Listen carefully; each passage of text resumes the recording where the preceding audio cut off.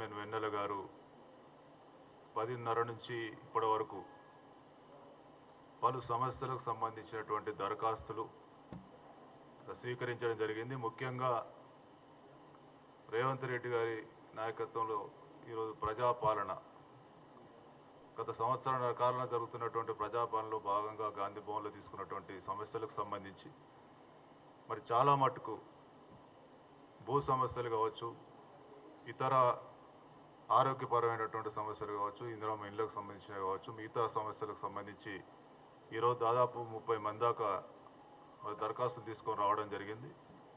అంటే గత బీఆర్ఎస్ ప్రభుత్వంలో కొంత ధరణి వల్ల ఇబ్బందులు పడ్డవాళ్ళు, అదేవిధంగా మరి కొంత భూములు అన్యాక్రాంతమై కబ్జాలకు గురైనటువంటి ఇబ్బందులు పడ్డవాళ్ళు చాలామంది చాలా ప్రాంతాల నుంచి రావడం జరిగింది. ముఖ్యంగా ఇప్పుడు అంటే గమనించింది ఏంటంటే గతంలో దౌర్జన్యంగా భూములు కబ్జాలకు గురి చేసి రికార్డులను కూడా ఎక్కడ కూడా మరి కంటిన్యూగా పానీలు లేకపోవడం, ఆ ధరణి వల్ల రికార్డులంతా ఇబ్బందులు పడ్డటువంటి పరిస్థితులలో చాలామంది దౌర్జన్యంగా వారి భూములలో ఉన్నటువంటి వారిని భూభారతిలో మళ్ళీ ఇప్పుడు మాకు సెట్ చేయాలి, మాకు ఇబ్బందులు ఉన్నాయని చెప్పి మాకు ఇప్పుడు వచ్చినట్టు చాలా ఒక 4-5 సమస్యల మీద రావడం జరిగింది.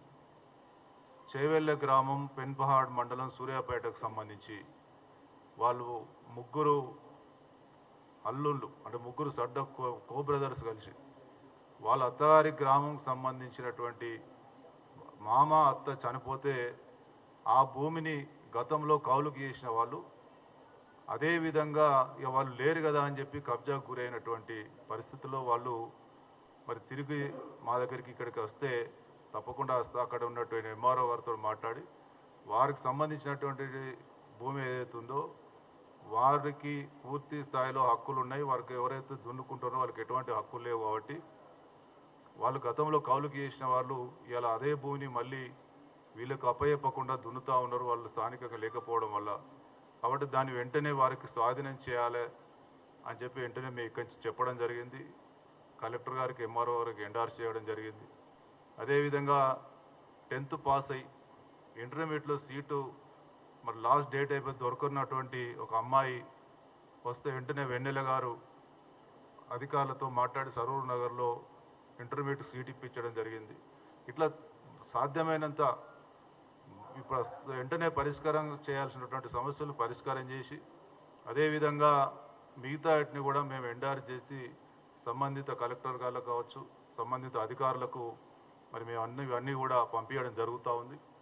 ఈ యొక్క ఇక్కడే కాకుండా రాష్ట్ర వ్యాప్తంగా ఎక్కడికక్కడ ప్రజాపాలన ద్వారా సమస్యలను ప్రజల యొక్క సమస్యలను ప్రభుత్వం ప్రజల దగ్గరికి వెళ్ళి మరి పరిష్కరించడంలో నిరంతరం కృషి చేస్తూ ఉన్నటువంటి ఈ ప్రభుత్వంలో భాగంగా మేమంతా కూడా చేస్తూ ఉన్నాం. మా పిసిసి అధ్యక్షులు మహేష్ కుమార్ గౌడ్ గారు ఆదేశాల మేరకు, ముఖ్యమంత్రి గారి సూచనల మేరకు మేము ఇక్కడ అందుబాటులో ఉంటూ ప్రతిరోజు ఒక 2 చైర్మన్లుగా మరి ప్రజల యొక్క సమస్యలు తీసుకుంటా ఉన్నాం. ఎక్కడికక్కడ నిరంతరం ప్రజల మధ్యలో ఉంటూ ప్రజల సమస్యలు పరిష్కరించడమే ధ్యేయంగా ఈ ప్రభుత్వం పనిచేస్తూ ఉంటే మరి ఈ రాష్ట్రంలో ప్రజాపాలన నడుస్తూ ఉంటే గత ప్రభుత్వం ఇబ్బందులకు గురి చేసి రాష్ట్ర ఖజానాను అస్తవ్యస్తం చేసినటువంటి పరిస్థితులలో ఈరోజు దాన్ని ఎక్కడికక్కడ మరి ప్రజలకు ఇచ్చిన హామీలు నెరవేర్చుకుంటూ ఒకవైపు ఆర్థికమైనటువంటి ఇబ్బందులను కూడా అధిగమించుకుంటూ ఈ ప్రభుత్వం ముందుకెళ్తూ ఉంటే చూడలేక గత వైఫల్యాలను మరి వాళ్ళు ఇలా ఏ విధంగా ఈ ప్రభుత్వంకి వస్తున్నటువంటి మంచి పేరును చూడలేక బీఆర్ఎస్ నాయకులు మా ముఖ్యమంత్రి గారి మీద ఎటువంటి మాట్లాడితే ప్రజలు కూడా గమనిస్తూ ఉన్నారు.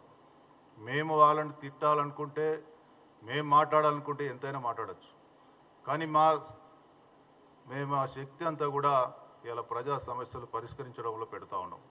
అదేవిధంగా నిన్న మాట్లాడినటువంటి అమిత్ షా కూడా ఇలా ఏదో డబుల్ ఇంజన్ సర్కార్ వస్తే ఏమో జరిగిపోతుంది అని చెప్పి ప్రజలను మభ్యపెట్టే ప్రయత్నం చేస్తూ ఉంటాం. 11 సంవత్సరాలుగా ఈ దేశంలో చెప్పుకోవడానికి ఒక్క పని కూడా చేయలేనటువంటి భారతీయ జనతా పార్టీ ఈరోజు రాష్ట్రంలో ఏదో వెలుగబెడతామని చెప్పి మాట్లాడడాన్ని అదేవిధంగా మా ముఖ్యమంత్రి గారి మీద మాట్లాడినటువంటి అవాకులు చెవాకులను కూడా తీవ్రంగా ఖండిస్తూ ఈ రాష్ట్రంలో ఇంకా రాబోయే 20 సంవత్సరాలు కాంగ్రెస్ పాలన ప్రజలు కోరుకుంటా ఉన్నారు.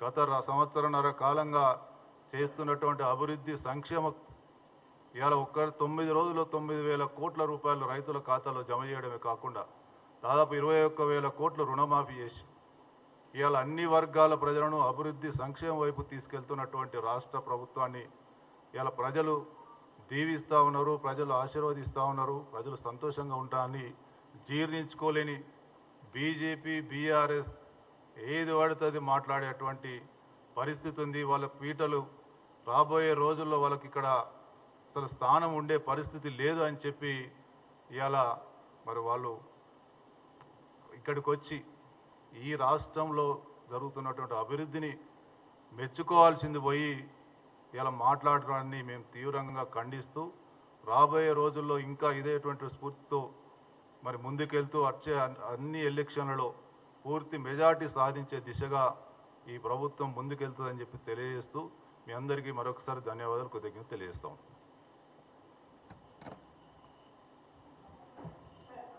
Subscribe us and press the bell icon for more interesting updates.